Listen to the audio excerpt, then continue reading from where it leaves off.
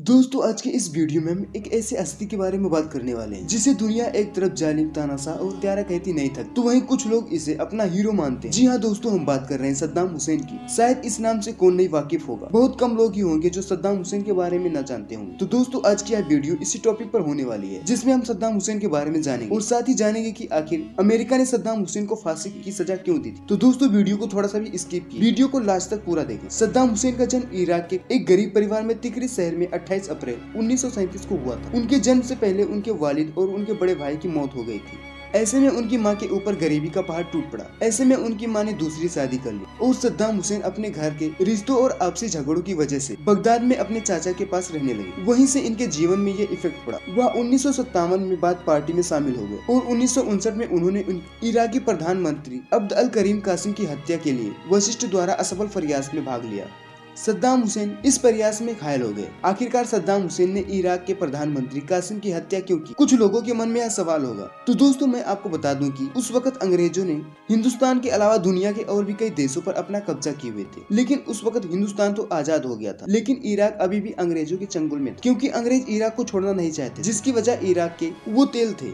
Iraq का प्रधानमंत्री कासिम जो अंग्रेजों के कहने पर तेल के दाम का रेट फिक्स किया करता था। दरअसल यह बात थी कि प्रधानमंत्री अंग्रेजों के हाथों की कठपुतली था, बल्कि सद्दाम हुसैन ऐसा नहीं चाहते। वो चाहते थे कि ये तेल इराक के लोगों का है, जिसके दाम वो खुद निर्धारित करें। दोस्तों प्रधानमंत्री की मौत के पीछे की वजह यही बताई जाती है। बहरहाल सद्दाम हुसैन ने इस कोशिश के बाद पहले सीरिया और फिर मिस्र भाग गए, जहां उन्होंने काहिरा स्कूल में 1962 से 1963 में प्रवेश लिया और 1963 में इराकी बैथिस्टो की सत्ता में आने के बाद बगदाद में अपनी पढ़ाई जारी रखी। हालांकि इसी साल बैथिस्टो को उखाड़ फेंका गया और सद्दाम हुसैन ने कई सालों तक जेल में बिताए और 1968 में सद्दाम हुसैन इराक के ताकतवर शख्स बन गए। भले ही इराक के राष्ट्रपति अहमद हसन अल बकर थे, लेकिन इराक का कोई भी छोटा या बड़ा काम सद्दाम हुसैन की इजाजत के बिना नहीं होता था। इसी के साथ 1972 में उन्होंने इराक के तेल उद्योग को अपने अंडर में लिया, जिससे इराक की आमदनी में इजाफा हुआ, जिस आमदनी से इराक में बड़े बड़े स्कूल और अस्पताल खोले गए और पहले जहां बिजली नहीं हुआ करती थी वहां बिजली की व्यवस्था की गई। अहमद हसन अल बकर ने राष्ट्रपति के पद से इस्तीफा दे दिया, क्योंकि उनकी सेहत दिन पे दिन खराब होती जा रही थी, जो कि सद्दाम हुसैन इराक का राष्ट्रपति बना। यहीं से शुरू हुआ इराक और ईरान के बीच की जंग, जो करीब 8 सालों तक चली।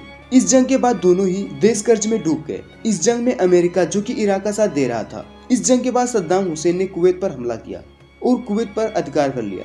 कुवैत पर अधिकार की वजह बताई जाती है कि कुवैत के एक मंत्री ने इराक के औरतों के बारे में गलत कहा था। उन्होंने कहा कि इराक की औरतें हद से ज्यादा सुंदर होती हैं, इसलिए हम चाहते हैं कि तुम उन्हें हमारे पास लेकर आओ। जब इस बात की खबर सद्दाम हुसैन के पास पहुंची, उन्होंने कुवैत पर भी हमला बोल दिया।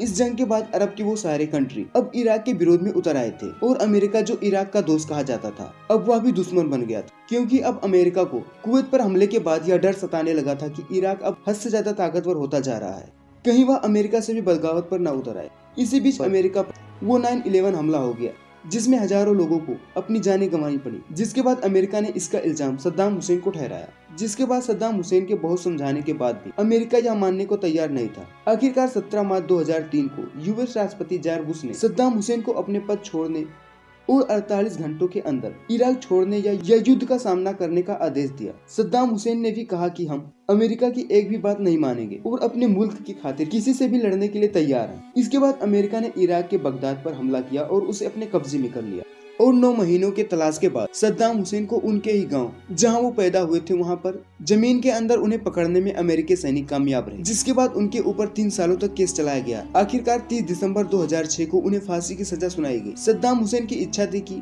वो एक सोल्जर थे, इसलिए उन्हें गोली मारकर सजा दी जाए, लेकिन अमेरिका ने यह मानने से इनकार कर दिया। फांसी के दौरान सद्दाम हुसैन ने वो काले कपड़े को भी पहनने से इनकार कर दिया और वो अपने फांसी के समय हद से ज्यादा मुस्कुरा रहे थे। उनके चेहरे पर मौत का कोई भी खौफ न था। उनके फांसी की लाइव टेलीकास्ट हुआ, जिसे पूरा दुनिया देख रहा था। दोस्तों जिस दिन सद्दाम हुसैन को फांसी दी गई थी, वो दिन ईद उल अधा यानी कुर्बानी की ईद थी। सद्दाम हुसैन कुरान की आयतों को पढ़ते पढ़ते फांसी के फंदे पर झूल गए। दोस्तों आज की इस छोटी सी वीडियो में बस इतना ही। सद्दाम हुसैन के बारे में आपकी क्या राय है, हमें कमेंट में जरूर बताएं। और दोस्तों हमारे इस वीडियो को एक लाइक करके अपने दोस्तों के साथ एक शेयर कर दीजिए और हमारे इस चैनल को एक सब्सक्राइब करना मत भूलिए।